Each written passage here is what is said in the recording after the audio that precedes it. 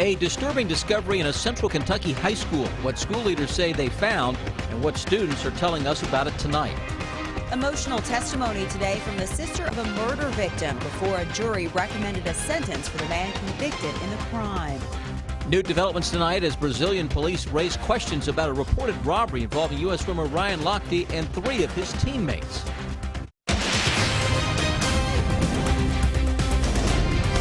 This is WKYT News at 11.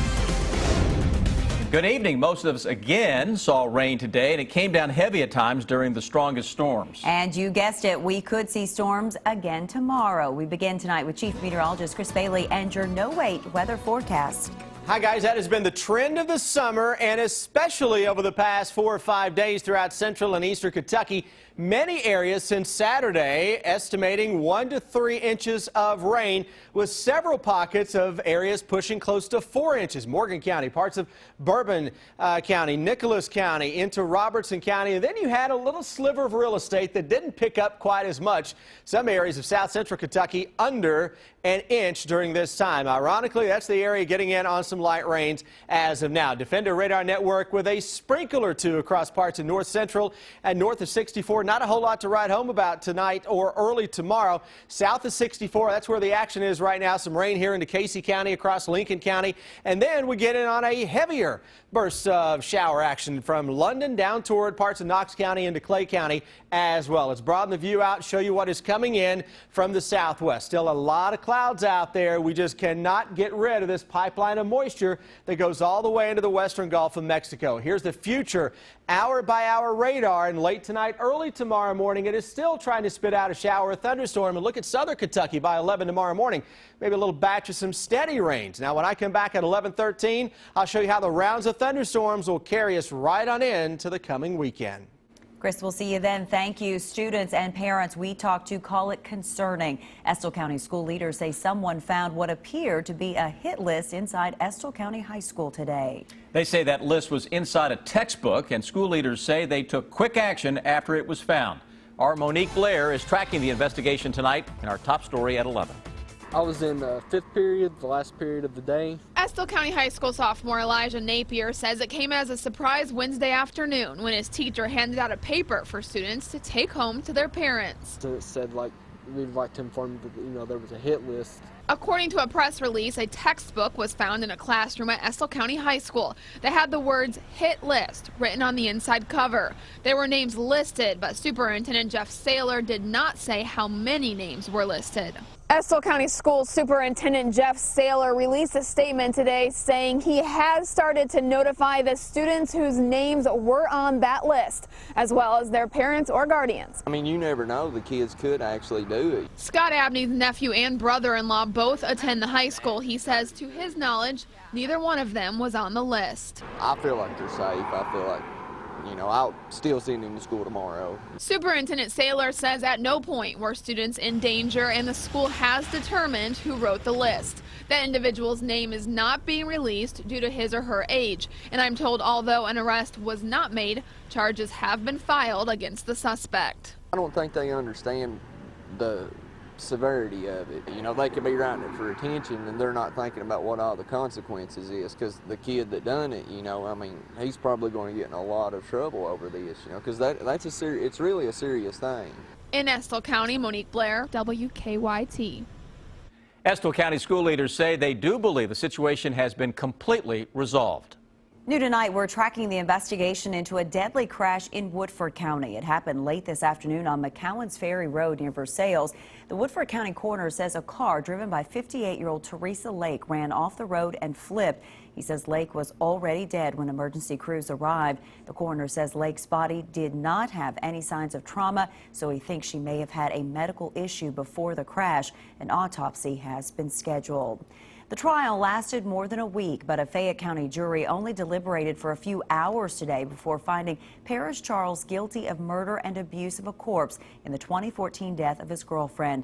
Police say Goldia Massey's remains were found in different locations along the Kentucky River.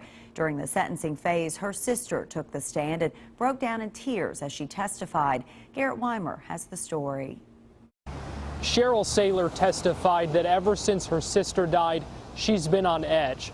She says she's had a hard time coming to grips with the fact that her only sister, her only sibling, is gone. Trying to get through every day. It's been so surreal since all this has happened. We've really just had a chance to realize that she's never coming back.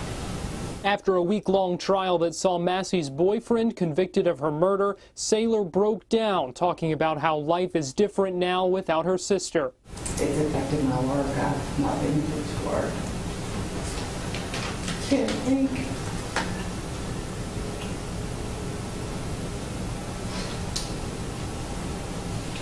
I just miss my sister so much. The jury recommended Paris Charles spend 36 years in prison. But for family members left behind, Saylor says even daily life has become torture. I'm wondering if we're ever going to find any more of her. When the news comes on, they found body parts. We're always running to the TV to see if they've identified us, however, or someone else. Saylor also testified that it's been a difficult time, too, for Massey's son, Zach. She says they just haven't been themselves. In Lexington, Garrett Weimer, WKYT. Charles will be eligible for parole in 20 years. New tonight, authorities in Louisiana now say 13 people have died because of devastating floods, many of the deaths happening in the Baton Rouge area. Louisiana's governor says more than 40,000 homes were damaged and at least 30,000 people were rescued after 20 inches of rain fell in parts of the state. State leaders say 6,000 people are still in shelters tonight, but that's down from 11,000 earlier in the week.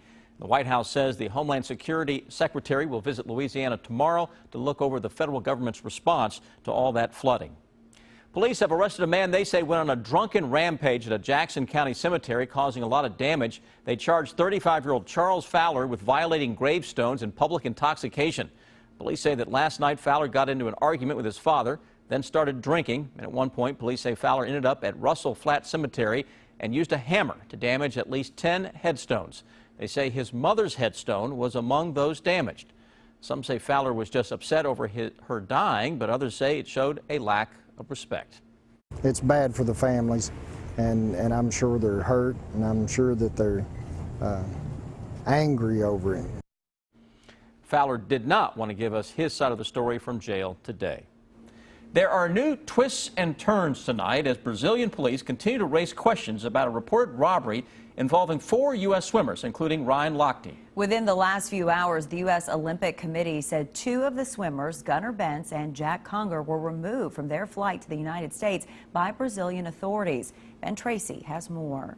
This security camera video obtained by the Daily Mail shows Ryan Lochte and 3 other members of the U.S. swim team returning to the athletes' village in Rio Sunday morning. It was shortly after Lochte says they left a party at France's Hospitality House and were robbed at gunpoint by men posing as police. They pulled us over, they pulled out their guns, they told the other swimmers to get down on the ground. But this morning, Rio police went to the athletes' village, looking to further question Lochte and teammate Jimmy Fegan. A Brazilian judge had ordered their passports seized because of discrepancies in their stories. She says Lochte claims they were robbed by one person who stole $400 from him. Fegan says they were robbed by several people. The judge also noted that the swimmers do not appear to be shaken up in the security video, despite Lochte's dramatic account of the robbery. And then the guy pulled out his gun, he cocked it, put it to my forehead, he said, get down, and I was like, I put my hands up, I was like, whatever. Lochte won gold in Rio as a member of the U.S. men's relay team. His lawyer says he's now back in the United States and cooperated fully when he was first questioned in Brazil. Jimmy Fegan is still here in Brazil, and federal police at the airport have been told not to allow him to board a plane. Ryan Lochte's attorney says that Lochte stands by his version of the story and that Brazil is doing this to deflect criticism of the Rio Olympics. Ben Tracy, CBS News, Rio de Janeiro. The U.S. Olympic Committee says it is still gathering more information about why Conger and Bentz were removed from their flight tonight. There was more activity at the Centerpoint project today in downtown Lexington. This time-lapse video from our Skycam shows equipment being moved out of the project site. There's no word on why that equipment was moved. Crews have been working on an underground parking garage in recent months. The developers said it would be finished next spring. The Centerpoint project has been 8 years so far in the making.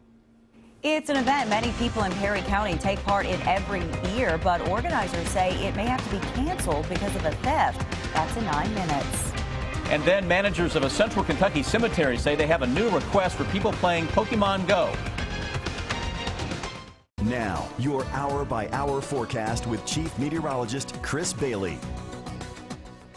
Thermometers today, not the big story. It was the rain, the thunderstorms, putting down a tremendous amount of rain across the area. Some of us picking up better than an inch. Late evening temperatures dropping into the low 70s right now, and we'll settle into the upper 60s as we work our way through the overnight. And with a partly cloudy sky and it being August, fog is famous for the month of August. You got a wet ground. Look out late tonight, tomorrow morning. We may crank it up again, and your hour-by-hour fog forecast with visibilities tomorrow morning down under a mile, maybe a half mile in some areas. You know the drill. Low beam, slow down, take it easy.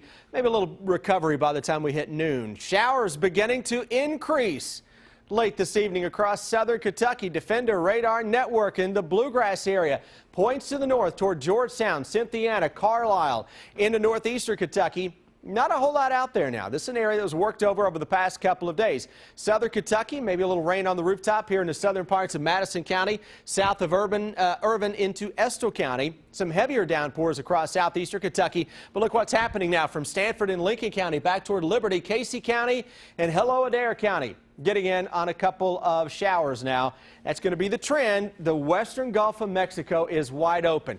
We could go back to late last week, and we were showing you a setup that was similar to the one you're seeing now, where you get this moisture coming out of the western Gulf being funneled all the way into the Bluegrass state. Let's break down the forecast over the next 3 days.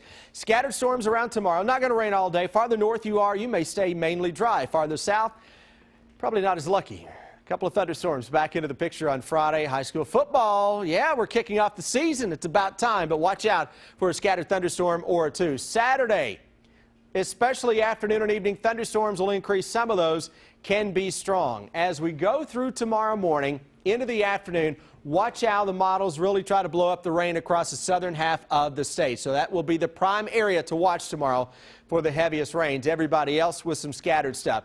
Then we go into the day on Friday, and I'm starting to see those models trying to hotspot the thunderstorm complexes, which again typically says they're having a few issues in dealing with who's going to get what. It's just a sign that they're saying we've got more thunderstorms that will be scattered about the region.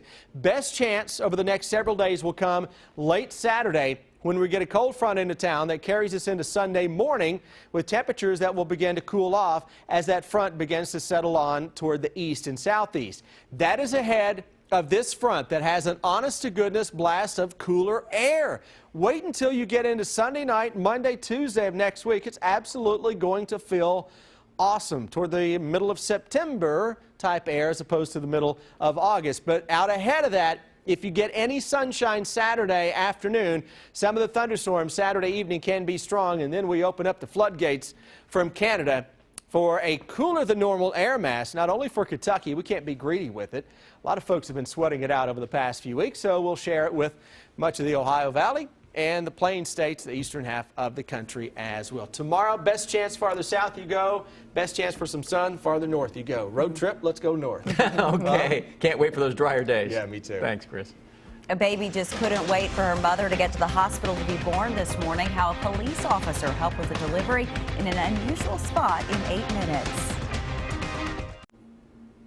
An Eastern Kentucky organization fears it may have to cancel an annual event after thieves stole a trailer. It belonged to the Kiwanis Club in Perry County. Police think the thieves hooked up the trailer to a white or silver SUV and drove off. Kiwanis Club members say they kept many of the items they need for their annual soapbox derby inside the trailer. While the stuff probably doesn't have value to most people, it was instrumental in us putting on the soapbox derby, and it's expensive to replace. So if we can't replace it, I don't know that we'll be able to do the soapbox. Police say the trailer was last seen heading northbound on Highway 15 in Perry County. New tonight, the University of Louisville's athletic director says the school is still waiting on the results of an NCAA investigation into its men's basketball program. The investigation stems from Escort Katina Powell's claims that former Louisville basketball staffer Andre McGee hired her and other dancers for sex with players and recruits. In a radio interview today, Athletic Director Tom Jurich said that he doesn't know the latest on the investigation, but he says whatever the NCAA decides, the school will, quote, deal with it up front, end of quote. U of L self-imposed some sanctions on the basketball team last season, including a postseason ban. New tonight, some rocking chairs stolen from the front porch of a Lexington home have been returned. Earlier this month, we showed you surveillance video of the theft from a home on West 3rd Street. Lexington police say someone later recognized the suspected thief thanks to that video, and they say they later cited 46-year-old William Asbury of Lancaster with receiving stolen property. Police say the chairs were returned to the home on Monday. A Central Kentucky cemetery is telling Pokemon Go players to stay away. In a Facebook post today, Frankfort Cemetery said playing Pokemon Go there is no longer allowed. Cemetery managers say while it's open to the public, the cemetery is still private property, and they ask people to stop playing the game there out of respect of those visiting loved ones' graves or attending burial services. After more than 50 years in business, a Southern Kentucky bowling alley will soon be shutting down. Managers of Forest Lanes in Corbin say the business will close by the end of the month. Members of bowling teams say they're upset because it's the only bowling alley in that area, and they're now looking for a new place to practice. We're heartbroken. We're heartbroken because now we're going to have to either go to Richmond, Kentucky, Harrogate, Tennessee, or Somerset. There is no official word yet on why Forest Lanes is closing. The owner would not talk about that today. We have another update tonight on a Lincoln County family's effort to return a World War II soldier's Bible to his family. The Young family says they found Milton Cummins' Bible in a china cabinet they recently inherited. They're not sure how the Bible, which was printed in the 1940s, got there. Tonight, the Youngs said they may have found Cummins' nephew, who lives in Sun City, Arizona, near Phoenix. They say they're now trying to verify that he is indeed related. A routine job took a very unexpected turn for a University of Kentucky police officer this morning. Police say that Captain Kevin Franklin was directing traffic at the intersection of Cooper Drive and University Drive when a car pulled up to him. They say inside the car, a woman was giving birth. So police say Captain Franklin stepped in and delivered the baby. They say he also happens to be a registered nurse. Now, moments after the birth, emergency crews arrived to take the mother and the baby to the hospital. But Captain Franklin was very emotional because, anytime a baby's born, a parent or a grandparent is very emotional. And this isn't the first time the captain has delivered a baby. Police say he delivered another one about 20 years ago while he was eating at a restaurant in Lexington. This guy is always in the right place when he's needed. He is the guy that you want around, for sure. Yeah. Brian's up next, and the UK defense is question marks, but the secondary appears solid. Yeah, they do, and they sure do. And we'll take a look at quarterback Derek Beatty. I'm still in awe of that police story. Where does the ESPN think the UK running backs rank within the SEC? Find out next in sport.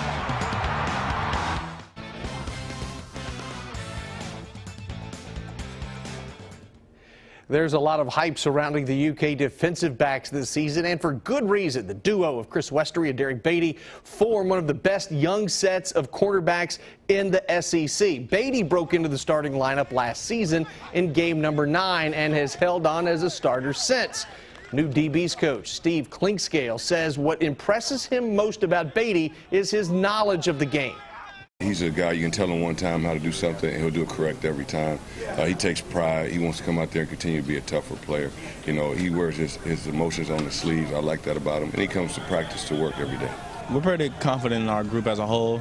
And then we know, like right now, we don't even say we have 1s, 2s, and 3s because we're confident in all our DBs. Like, there's no slack off when this certain group come out or this certain group goes in. Like, we're pretty confident in our group. So.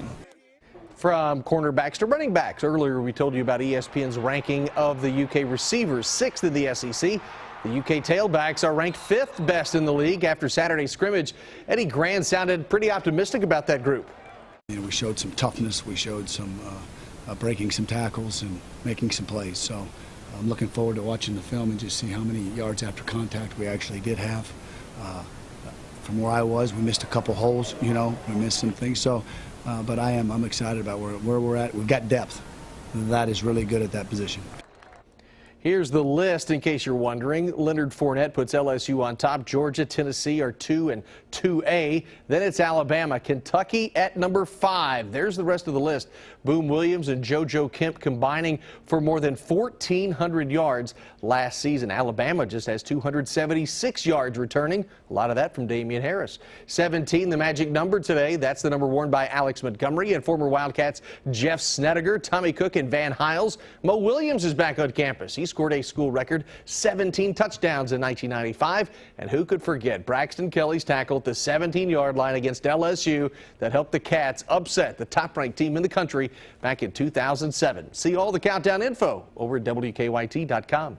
Larry French and his Southwestern Warriors begin the high school football season Friday night against the Red Devils of Jeffersonville, Indiana. The Devils better be able to stop the run. Southwestern will have Patrick Edwards back for his junior year after rushing for more than 2,400 yards with 31 touchdowns combined as a freshman and sophomore. But he certainly is not alone. We're going to run the football. We've got some good backs behind him that can give us some relief. You know, Trevor Brock can run the football. Brandon can run the football. William Lemon.